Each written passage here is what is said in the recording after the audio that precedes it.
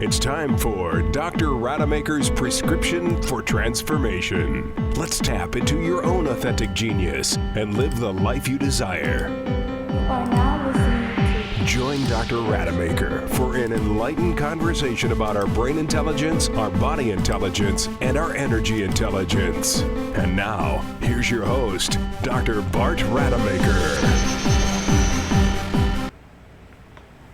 I'm Dr. Bart Rademaker, and this is Prescription for Your Transformation. Real people, real conversations, and real success. And I always hold my breath in this time just to make sure that everything's running. You know, as always, I'm doing all of this on my own. And I think today it's working. And actually, last week we had some issues. I thought we had issues because my internet was fading in and out.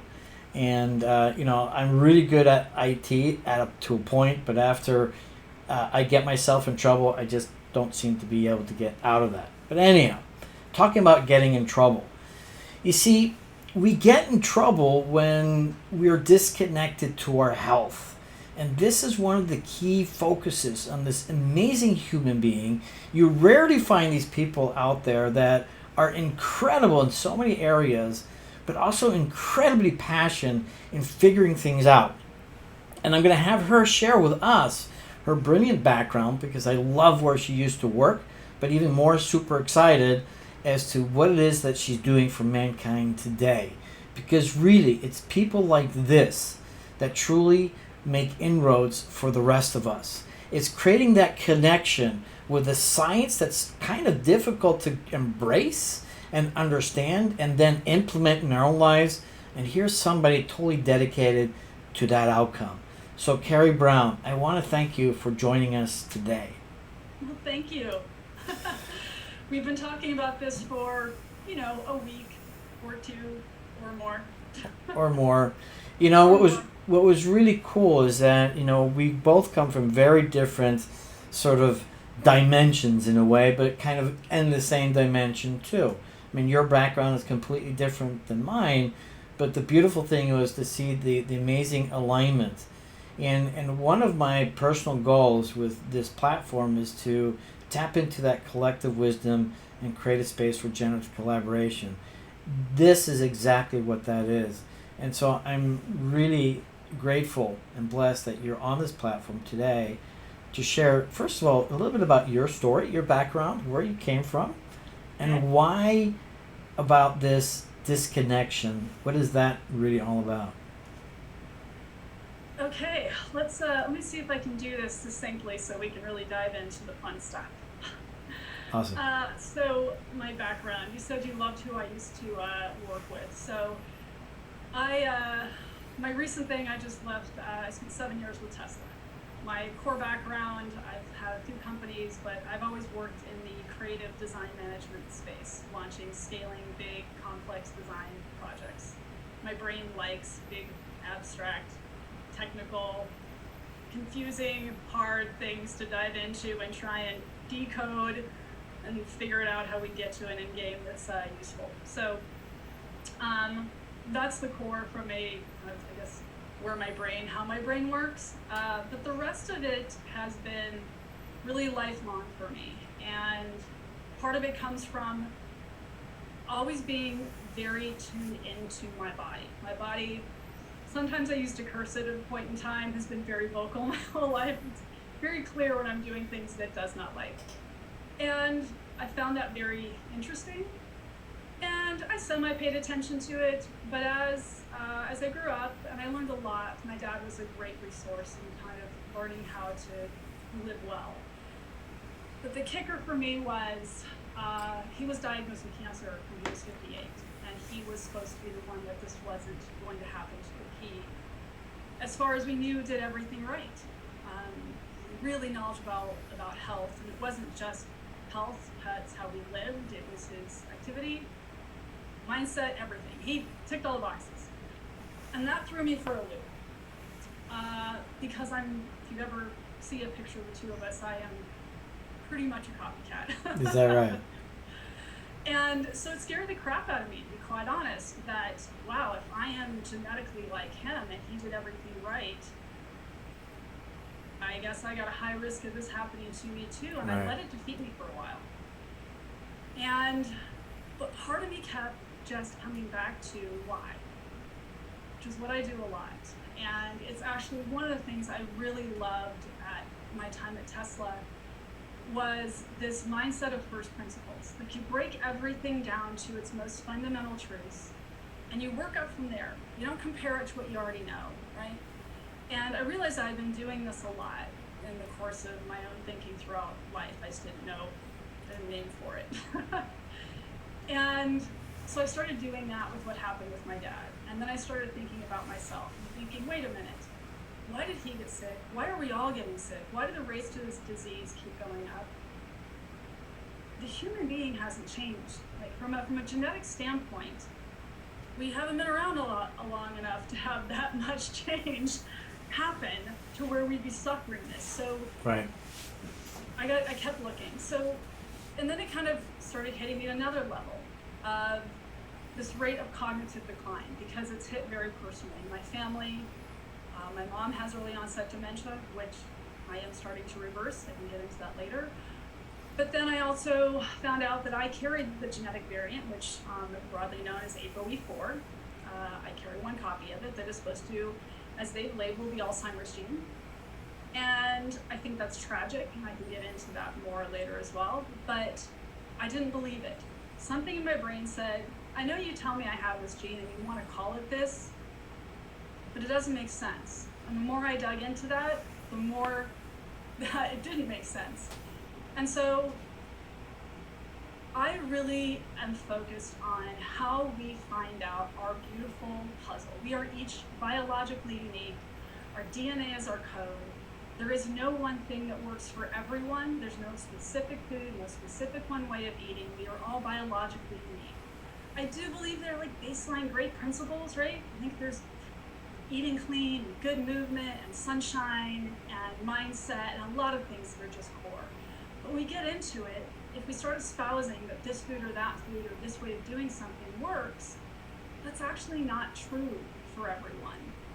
And I think everyone deserves to understand how to get into their code, understand what their code is, understand how to break down and get underneath the hood, as we call it, and get your biological markers and find out what's there for you, what is your optimal path to putting together a way of living and eating that gives you the absolute most optimal health you can have. And I define that in one specific way, is that it reduces all-cause mortality. Mm-hmm. This isn't about reducing this inflammation was one particular issue. It's like, how do we live in a way that we know will reduce all forms of disease, all forms of mortality that can take us down? And that's really been my passion. And my engineering brain does this, and so I find huge amounts of joy in geeking out and diving in and breaking this out and laying out the code so people can start making sense of it, because I believe that people fully have the capability of understanding this. And for me, the data is empowering. I have made such significant changes in my own health. I've made significant changes for my mother. I'm 80. She's on 16 medications. She's quite a basket of stuff to get through. Right. So that's been my path. So Continue to dive in. So let's dive in, because I think there's two key concepts that I really want people to appreciate, because I think for most people this is a new thing, and it was a term that I really hadn't thought of before, and I just absolutely love it and definitely will embrace it. And it's how you began our conversation tonight, and that was our disconnection with health. And so I'd like to hear your perspective, your view on that, in essence, so that people can understand how true that really is, and what does that disconnection actually look like? Well, I go all the way back into beginning of the human, if you want to say Homo erectus, right? I kind of look back, what is our DNA code? What does it want, right? What have we changed so much that's not playing well with that? And if you start just taking a moment and not looking at any specific thing, but I think if we could all just say, look, how we lived 500,000 years ago, 100,000 years ago, 50,000 years ago, 1,000 years ago, 50 years ago, all that, we continue to change our environment pretty drastically. Yep. Between food, between our external environment, between toxin loads, between stress levels, and we can go on and on and on. And to me, that's the ticket. Like, we continue to change and disconnect ourselves from our fundamental core. That is what we need to, like, what supports us, right? This is like, it's what I call the disease of modernity. We are so disconnected, and we are doing so many things that are absolutely not in alignment with our DNA. And I think one of the best examples of that is this ApoE4 component. I use it a lot as an example because when I often tell people, if you don't know, the ApoE4 gene, and it's a gene that it's a protein that how we carry fat and lipids through our body. It's a lipid carrier. It's a little bus, help us carry different cholesterol lipids through our body. Very important. A lot of immunological benefits. But we've had this gene since we were Homo erectus. It has been around the longest. It's not new. Right. And we have not been suffering these rates of disease. So my brain goes, what's changed? This gene's been there. This allele has been there. And now we're saying it's the cause of cardiovascular disease. And now we're saying it's the cause of late onset Alzheimer's, and it puts you at high risk. And I think the gene's taken the lion's share of the hit, and I'm not going to blame the gene. It doesn't make sense in my brain. So I look at the disconnect. Right. What are we doing that doesn't align with that?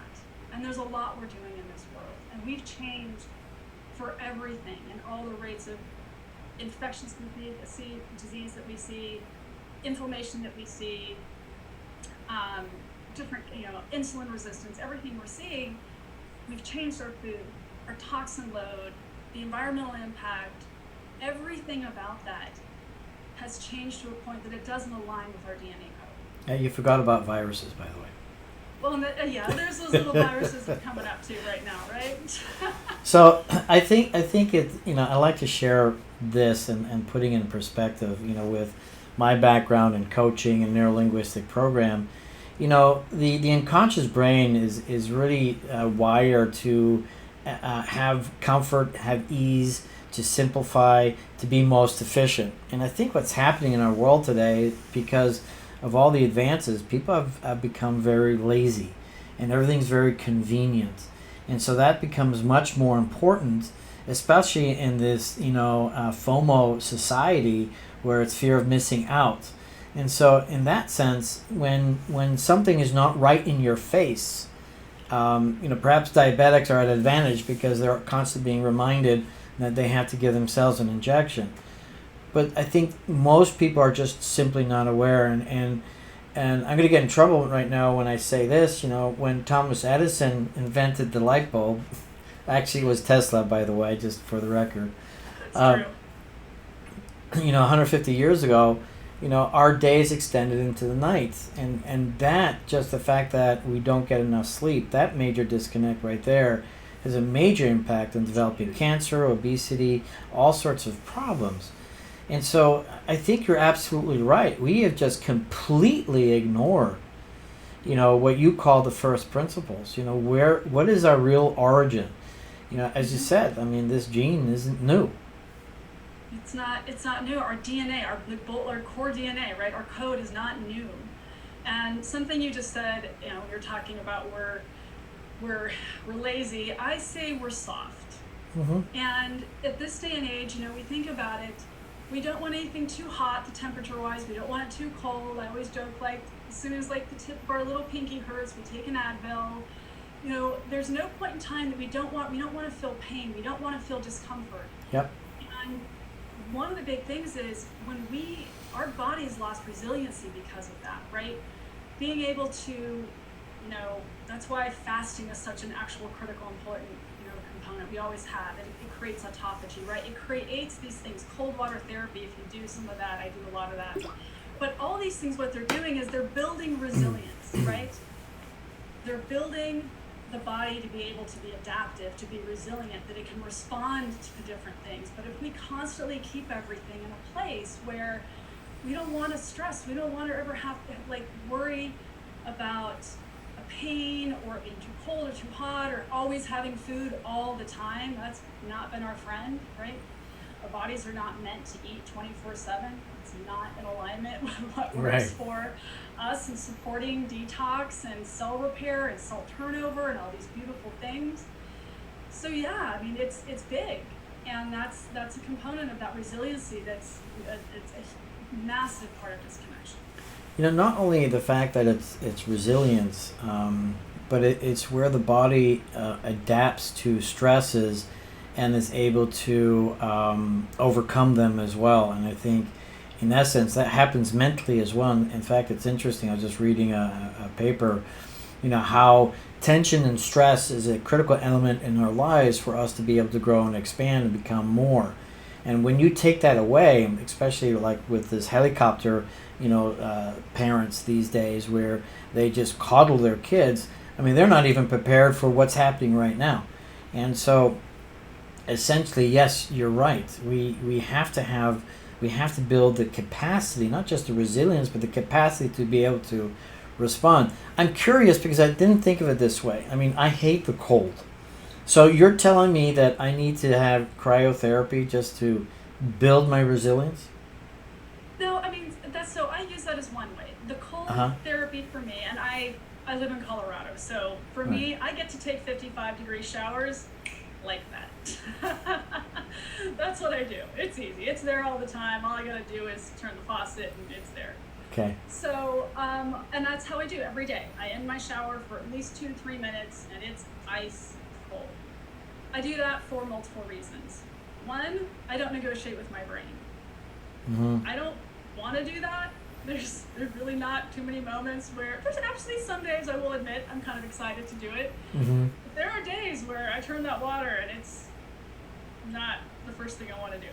Right. But I also know it kicks on autophagy.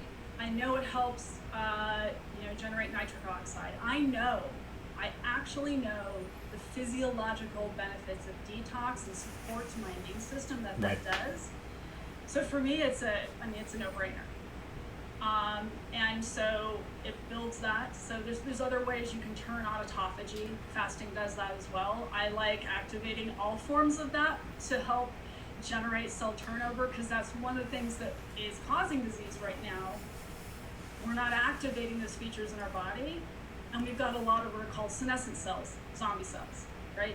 That are the forms of what turn into a lot of disease, because we're not letting the body go through cellular repair. So this idea of autophagy, are you calling that first principles? Going back to first principles, is that what you term first principles or not?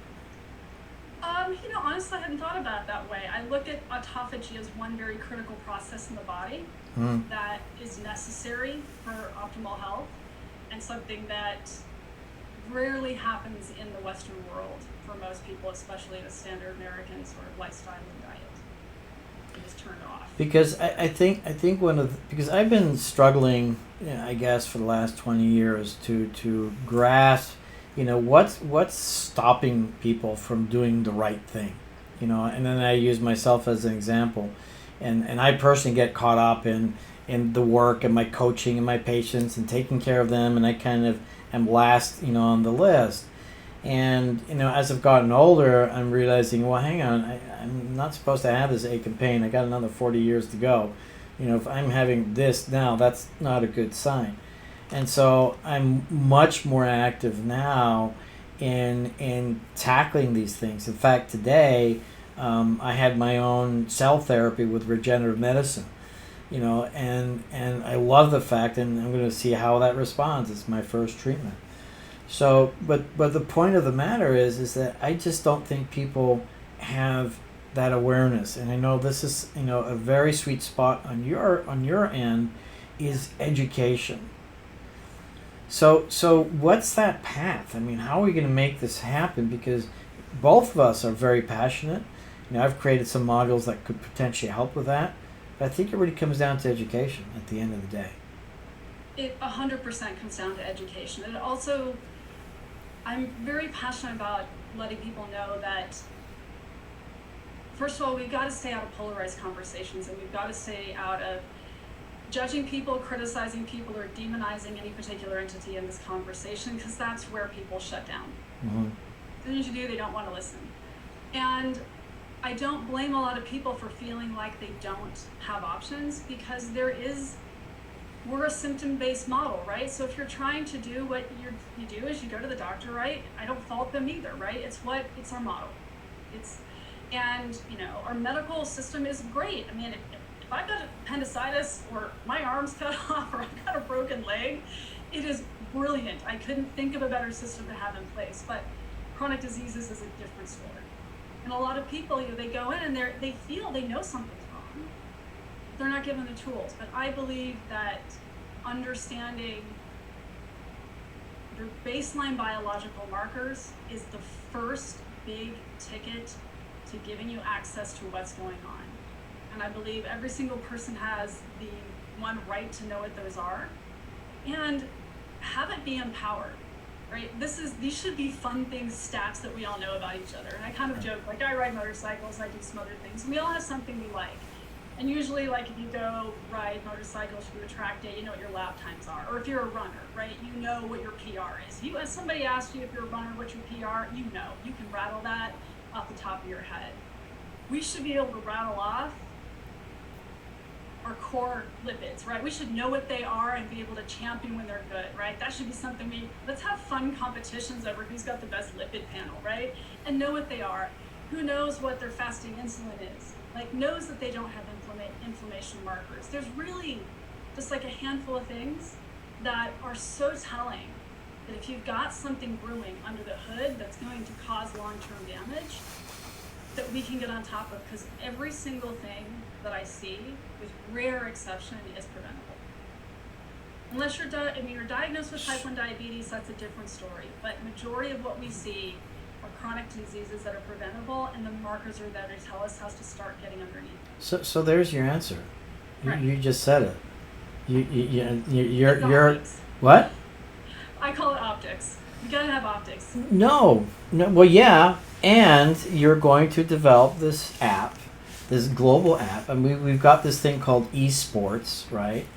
So now you got let's say W Sports or H Sports, wellness sports or health sports, and where we can start competing. I mean, you've got to give some people a simple way to participate in something bigger than themselves, and have the sense of what they need to focus on. And you're right. I mean, it ends up with all things within us. I mean, we are beings that we want to create a better life for ourselves. We want to expand. We want to be the best version of ourselves.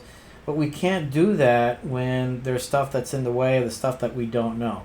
So it's all about what you don't know that you don't know. And when it's the optics, like you mentioned, it's impossible to make changes. I mean, I'm putting together this program right now, and I'm constantly reminding people is that you got to understand what it is that you want to change before you can make the changes.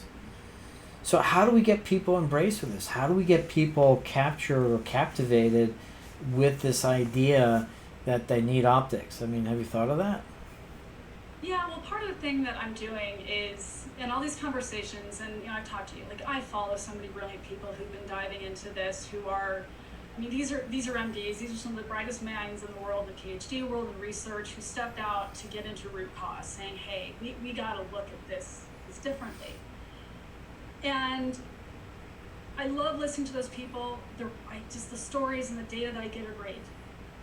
But what I consistently hear missing is, I know so many people who have done this work, who've worked with someone, gotten under the hood, started to understand what's actually going on, seen the optics, and their stories, this is part one, their stories need to be heard. More people need to understand that these diseases that they have, these challenges, these autoimmune, these random things they think are arbitrary or just kind of like something they have to deal with, that there's a path to get underneath them. And it's going to be a little different for everyone.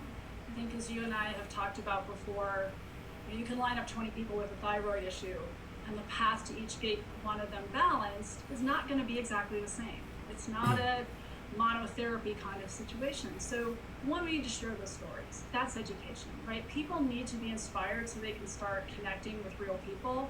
that relate to them or a family member or a cousin or an aunt or an uncle or who it might be, right? That it makes it real. And two, people need to be able to walk through what is a real baseline biological, under the hood look like, right? Blood work. What are the critical markers? Organic acids. What are your other nutrient markers? What does your DNA tell you? Where are you stronger maybe in something? Hey, maybe where you're a little more challenged, where you've got to pay attention, but it's not a determinant, right? How do you lay these things out, which is your 100% biological blueprint and code, right? People just aren't given the opportunity to look at that. And let's pull that together and start giving someone an actual visual and a real world actionable program and steps that starts making changes. It's interesting as you're saying that. I'm going back in time and kind of putting it all together and creating a timeline, because at one point, you had, wizards and witch doctors and shamans and, talking to the spirits and all that kind of stuff. And then you had doctors. And then what was interesting is that with that profession, the medical profession, it was really doctors really being completely responsible and really taking care of their patients. Totally focused, totally dedicated on them, with limited resources that they have compared to what we have today. But what's interesting is that it then shifted where now the individuals had felt this this right. They had a right to healthcare. They had a right to people taking care of them, which absolved them of the responsibility to take care of themselves. And so they abdicated that responsibility, and so it was all up to the doctors. Now, with information technology advancing so much, now we're realizing, well, these doctors are very limited. They're great people, right? But they have severe limitations. And it's not by their own fault, it's just they're just human. And with all this information, we talked about this last time, they can't manage it all.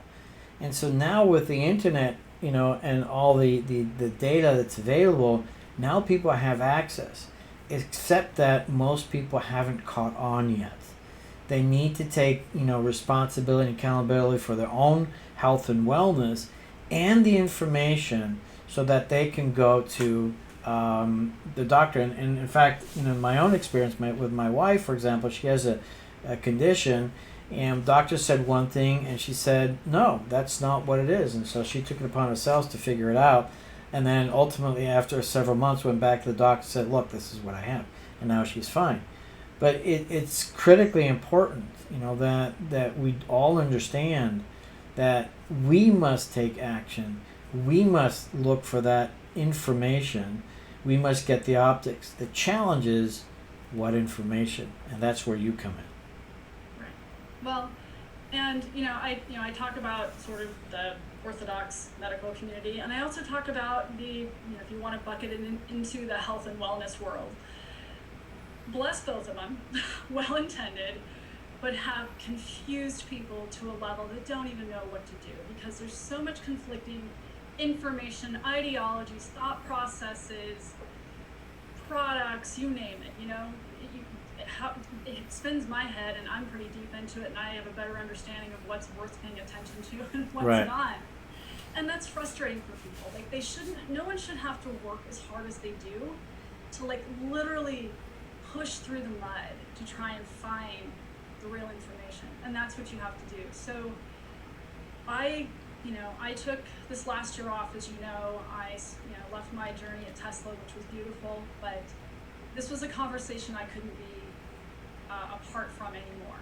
Because one, from an APOE4 standpoint, as I joke with people, if anyone thinks I'm ever going down that road of succumbing to some type of cognitive decline. What'd you say? I said succumbing to some type of cognitive decline. I said they're crazy. Just kidding. And I also, so it's personal for me. It's very personal for me. And I've made that mission something that I've used myself. the number of labs that I do on myself to get under the hood that I show people, and I'll be doing more of this. I know I've told you, in the near future here I'll be launching a podcast, but let's throw all that stuff up. Like, hey, I don't care. I'm throwing my labs up. Let's look at everything. Well, let's talk a little bit about ApoE and Alzheimer's, and why don't you share what you know? So, let me see if I can do this fairly succinctly. The ApoE gene is, if you have to understand lipids, and that's a bigger conversation to get into right now, but really the ApoE and the lipids that ApoE4 is how we're transporting lipids around, cholesterol lipids. With the ApoE4 gene being as around as long as it has been, like you said, I didn't make sense why this was a cognitive decline issue. When we look at ApoE, it is a cardiovascular risk marker. And if we look at the two things, like I tell people all the time, like, hey, to be quite honest, you pretty much want to guarantee that you're going to suffer some type of cognitive decline, varying degrees. Type 2 diabetes and cardiovascular disease are a highway to that happening. It just is absolute inflammation to the brain. It starts causing all types of problems. So when ApoE4 actually has an immunoprotective component, but in this world where you look at, and these stats are staggering to me, on the order of, the research is showing about 80% of the US population is either insulin resistant or already type 2 diabetic and doesn't know it, or they've been diagnosed as type 2 diabetic, right? But type 1 diabetics are a very small portion of our diabetes issue, Right. like a fraction. So in the setting of insulin resistance, in the setting of inflammation markers, in the setting of toxin load, metals, in the setting of that, it is absolutely the perfect cocktail with ApoE4 to shoot you toward Alzheimer's, 100%. So I do agree that it's connected, but it's not the gene's fault. As I tell people all the time, show me a group of people who are ApoE4, who are insulin sensitive, don't have inflammation markers, and the two I'll talk about are hsCRP and homocysteine, and don't show any sign, and then also show signs of cognitive decline or Alzheimer's. That's the stuff we need to pay attention to. Yep. But what we're seeing is an extraordinary rate, and it's a combination of being insulin resistant, which most people are, because we don't have metabolic flexibility anymore. Our diet's so off. If we look back, unfortunately, I think you and I understand we lived very much through the high carb, low fat fun period that did more cardiovascular disease, damage to us than almost anything ever has. So again, you keep combining these things. It's not ApoE, but ApoE combined, ApoE4 combined with our modern diet and with insulin resistance and with inflammation. Yep. Of course we're seeing significant rates. Yep. But it's not this. It's just that they don't play well together. So, I tell people all the time, and maybe I'll give you a little example, which is something I decided to do recently under a lot, and I mean it's a significant amount of research, to see its effects on me, looking at my lipid panels, looking at all of my stuff. So I can tell you, this may not resonate with everyone, but my fasting insulin, which is the biggest marker, tells you if you have any kind of insulin resistance, right? Most of the big people I follow will tell you, you better be under 10. I'd say you want to be closer to 5, and anybody who's really doing well is in the 2 or 3 range. I luckily am, for some reason, like 1.5. Like, I'm Awesome. Super insulin sensitive. My body just deals with carbs and whatever very well. I don't have, my inflammation markers are 0 or incredibly low. A tiny bit of hsCRP, which I've been focused on. And I've had one little autoimmune thing going on for 10 years. Itchy scalp, a little bit of low-grade scalp psoriasis. And it has been my arch nemesis. And I'm figuring this out. I have an answer for that. Huh? I have an answer for that, but you already know it. So I kept knocking down the food list, right? I kept trying to figure out what was the combo, what was all the things, and I definitely made an impact. But one of my things when I get back to where we just connected, what is the way that I am what's the most optimal diet for me? Meaning, where do I get all of my nutrients in the most bioavailable forms, not from supplements, not from those things, like truly bioavailable forms that also have the least amount of toxins. That's the key. And I love plants, but I am in a bit of the, understanding right now, and a lot of work being done, that they're not really all our friends. They are beautiful chemists, and they can be very inflammatory to people on significant degrees, right? Like some more, some less, but they're beautiful chemists. And so the more I kind of kept backing out of those, but I still didn't solve it. And I thought I got this. Inadvertently, through this little sequestering and social distancing and staying home thing we're doing right now, I have worked into being 98% nose to tail carnivore as an elimination diet.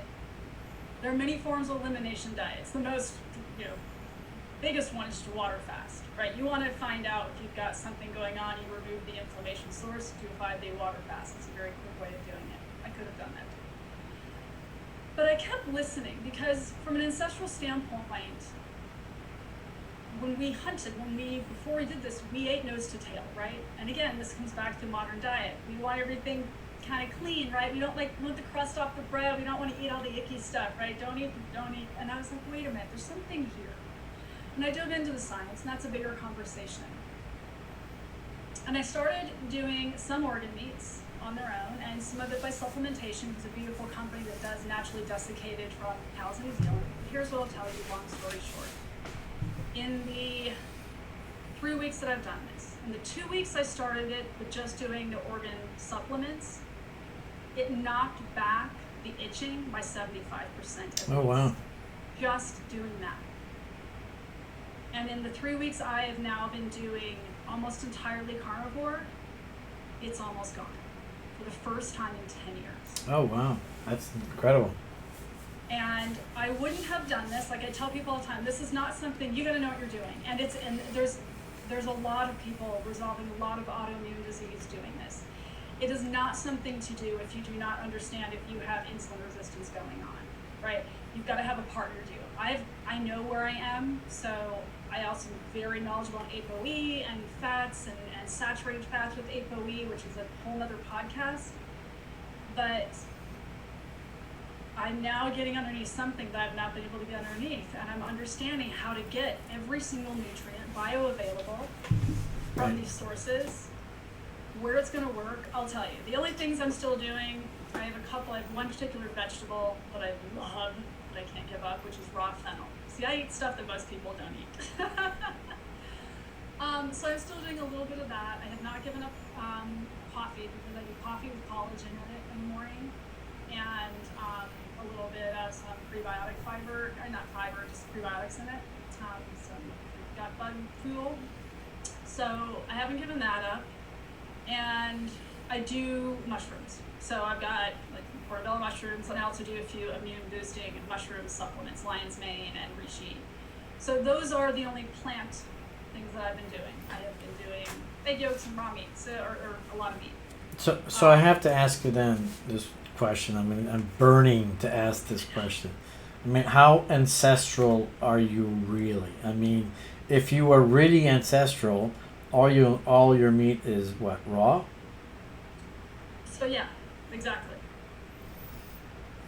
So no, I'm not doing that much raw. I am doing it very low heat cooked and very pink on the inside. I mean, depending what it is, right? I'm not doing that as much as before. No, that was a little tongue cheek. Also, so here's a really important component of this. Now that you bring up ancestral, everything is fully pasture raised, and not just grass fed. Fully pasture raised from regenerative farms.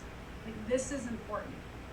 The bioaccumulation that we are getting in our bodies from industrial ag, and it's not just animals, it's plants too, is a huge component of what's going on for us right now, and it's wreaking havoc.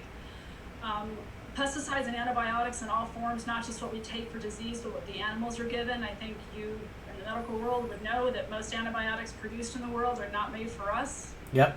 Are made for all the livestock that are raised that we eat. Yep. So imagine the bioaccumulation that we get on pesticides. Yep.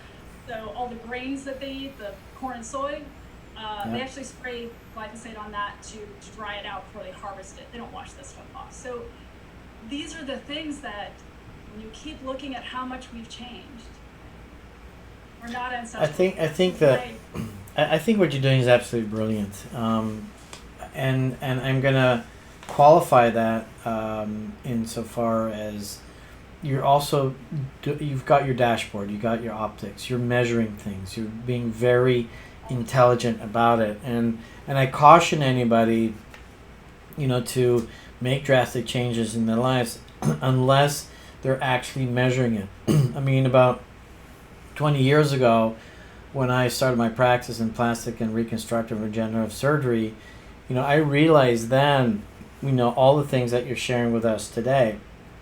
And I remember a time where, kind of you alluded to, I mean, all these experts were telling me all these things that I needed to do, and I think I was just intoxicated with different types of vitamins. My favorite one was Forma 2001, and I was literally bouncing off the walls. I mean, I wasn't myself, and I then did what you did. I did my social distancing. I threw away all the bottles, stayed with one organic one, but then the light bulb went off, Tesla's bulb, and realized, well, hang on a second, this is dumb. I mean, this is just, I have to be intelligent about this. And so I looked into all the companies to do lab work, but the technology wasn't there.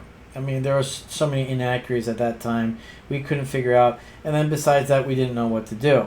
And so, I was way ahead of the curve in functional medicine, but then decided to go on to other things more in the brain and energy side. And now circling back and saying, okay, great, a lot of people have figured out a lot of things. This is the time to embrace these optics, these diagnostic tests, and then use that as a tool to understand, okay, what are the things that I need to change, and then trying different diets. I mean, like you said, it's a crazy world out there. My diet's better than yours, and yours doesn't do this and doesn't do that, and you get very confused.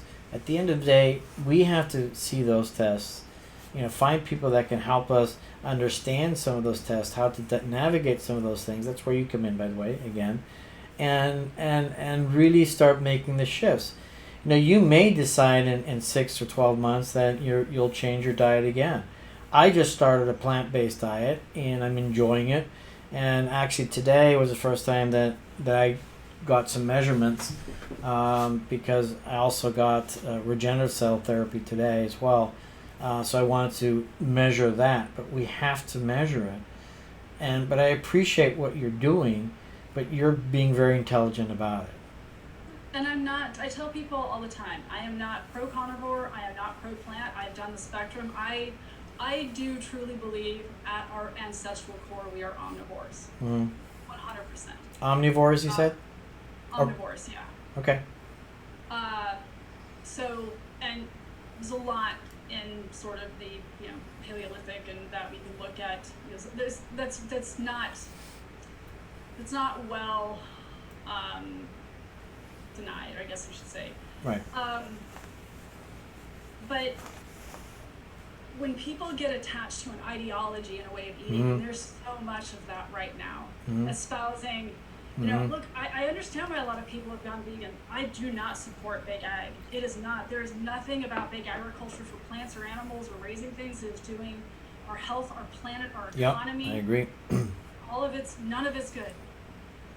But at the end of the day, when you have the optics, and if you've got a formula, you know how to look at it, and you've got the right partner who knows how to look at it, and that's also a critical component.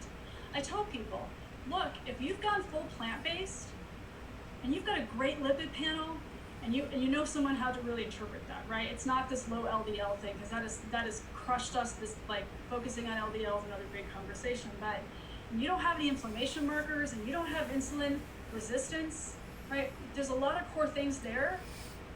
Keep doing what you're doing. Yep. Right? If that Absolutely. what works for you, awesome. But find that, right? There is no, right? But don't just do it because you've got an ideology around it, or you've been told that's the thing, or there's been a movie and there's been several documentaries, names will not be mentioned lately, that have just been so damaging because there's so much misinformation espousing one way of living or another, and it's not fair to people because the context is not there. Well, I think going back, and I like this term that you're bringing up, and I'm going to utilize this in what I'm going to share with next, and it's the first principles. And first principles are, we gotta detox our body. I mean, we have the autophagy that needs to happen. That comes through fasting. Again, thousands of years ago, we didn't have all these processed foods, all these toxins, all these things. So somehow you got to get rid of that. I mean, that's another first principle. Another first principle is you got to sleep well. Another first principle is you got to move around. And so even if you just focused on those just alone, I think is key. But I want to jump into one thing and kind of wrap up the ApoE thing just for a moment. And so helping people understand how I'd like to describe it. And basically it's this, is that we have 22,000 genes, but it doesn't explain the difference between humans and the Anopheles fly. And what explains that, because there's about 97% similarity, but what the distinguishing factor is that there's 2 million switches that switch on and switch off, the specific genes. And no different than when you go in a social environment, you gravitate to some people and you go away from others. That's how those switches work as well. And so depending on what's around those genes, the environment, your toxins, the glucose, whatever, those genes will switch on and switch off. And so what I think is relevant for people to understand is that when we talk about Alzheimer's or cognitive decline, there's about 36 different entry points that we can modify, and if we address at least the majority of those, it's going to prevent things like Alzheimer's and cognitive decline. It's interesting, the pharmaceutical industry, clearly wanted to make a buck. They're focused on a pill to reduce the amount of amyloid deposition in the brain. And that's one of the characteristics of Alzheimer's. But the truth is basically what you're saying is there's 36 things that we need to focus on to prevent cognitive decline. And if we start behaving and living the way that you do, we're going to be able to address that. But we need to know what that is. No, that's your points on the 36 different things. When I tell people, one of the things I love about getting into helping people prevent and reverse Alzheimer's and dementia is that the brain's on fire, and it's because the body's on fire. So when you start dealing with bringing the brain back, you automatically start bringing the body back in balance because it's all connected. You can't just they're the same thing. And getting under those 36 different things is absolutely it. It's and my holes are not your holes. It's described by one of the neurologists who's done a lot of this work as the holes in a roof. It's a great analogy. Yep. Dr. Dale Bredesen. So, but what are those holes, right? And they come from so many different things, including things like traumatic brain injury, which I've had. Don't do those. Was that sky jumping without a parachute, or skydiving without a parachute? It was skipping. Okay. Don't do it. It's a long time ago. Skipping. But yeah, so that's what we understand is that I appreciate where varying medical research entities have tried to go after amyloid beta. The amyloid beta function is a protective mechanism. It's gone in because the brain's on fire and it's trying to protect. Yep. And what's interesting is there was a research study done a while ago, where they actually found a way in mice first to remove that beta amyloid. Because they thought, okay, but look, we did it. And what's interesting is the mice actually died faster. Here's the tragic part to the next step of this. They went, oh, well, humans are not like mice. So they actually did a trial in humans. Ooh. and they had the same impact. Because the problem is you didn't remove the source of the inflammation. You didn't remove the fire that was causing the brain to create beta amyloid to try and be protected. This is the same when we demonized LDL, same type of thing. Our body's just constantly trying to protect, right? And we're doing all these things and adding all these injuries and these hits, and the body's like trying to figure out what to do with it. But when we focus on something like Alzheimer's and dementia, or especially Alzheimer's, it's not the beta amyloid. That's not the problem.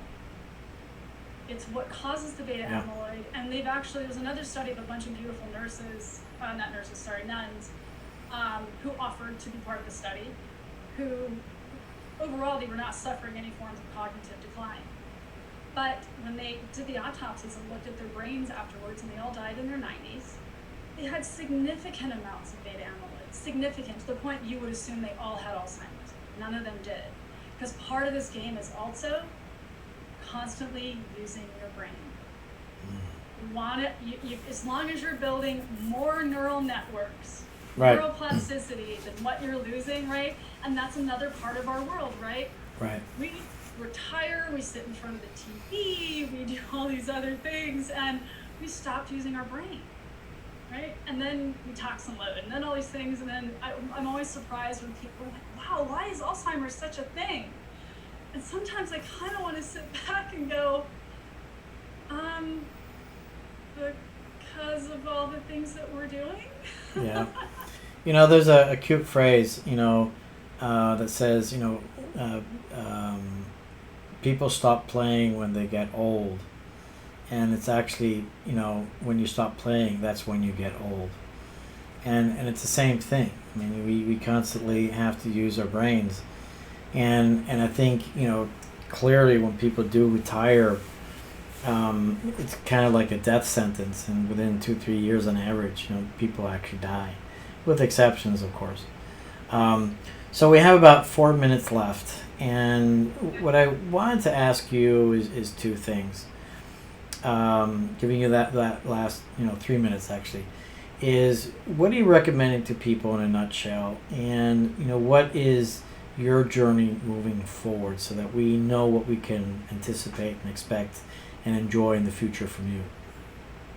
So when I work with people, the biggest things is trying to get them to be open-minded about getting underneath their health and really encouraging them to get a baseline. I've got a series of notes together for what are the all markers you want to look at, what they mean. So educating people on what those tell them, so they understand what to do. Because they also say, well, who do I work with? That's another component, another conversation, but that's part of it. Beautiful part is, this day and age, at least in the US, many labs that you can go pull. You can go up online, say, I want to pull this blood test, and you can get them yourselves if you want to pay for them. As far as what's next for me, this is about shining as big a spotlight on what's possible and how to help people understand their puzzle, get underneath the hood, find out how to live their best, most optimal, amazing, incredible lives, because that should be it. This notion that we break down as we age is a fallacy that has been perpetuated, that is tragic and unfortunate and breaks my heart. So, that's what we need to do. And we need as many voices out there doing it who understand what's possible. I'm about to turn 49. I love being my age. I wouldn't trade it for anything. And that should be something we also embrace. That's awesome. And I can tell right now that you're going to put this huge light on the world so that can be their guide into their future, into their health. Anything specific you want to share that you'll be doing? Really, the biggest thing is, when starting the podcast, I want to do some larger trainings. So really get as many people on board to say, hey, let's start throwing blood work up. Let's start looking at the stuff and making it not scary and confusing, right? Let's make it fun. Let's make it entertaining. Let's break it down to where it's easily digestible, to where people realize how powerful that information is, and then they're excited to use it, right? Then you want to get into it.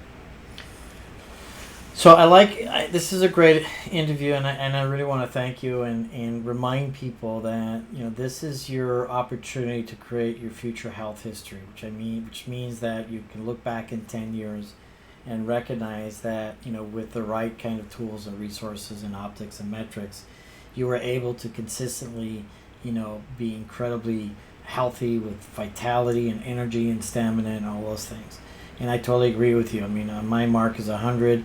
I know that I can make it that far, but with vitality and not like George Burns, who's consistently smoked a cigar. Not interested in cigars, but really being that dynamic person and really making a difference. I mean, you're that light for all of us, and I really look forward to not only see what you do, but hopefully also collaborate in so many magnificent ways. So I want to thank you, Carrie. And we will talk some more in the future and do all sorts of great things and be back on this podcast. So once again, I'm Dr. Bart Rademaker, prescription for your transformation, real people, real conversations, and real success. You're tapping into that authentic genius that's yours so that you can also tap into what I call the brain intelligence, the body intelligence, as well as the energy intelligence. That's where all the answers are.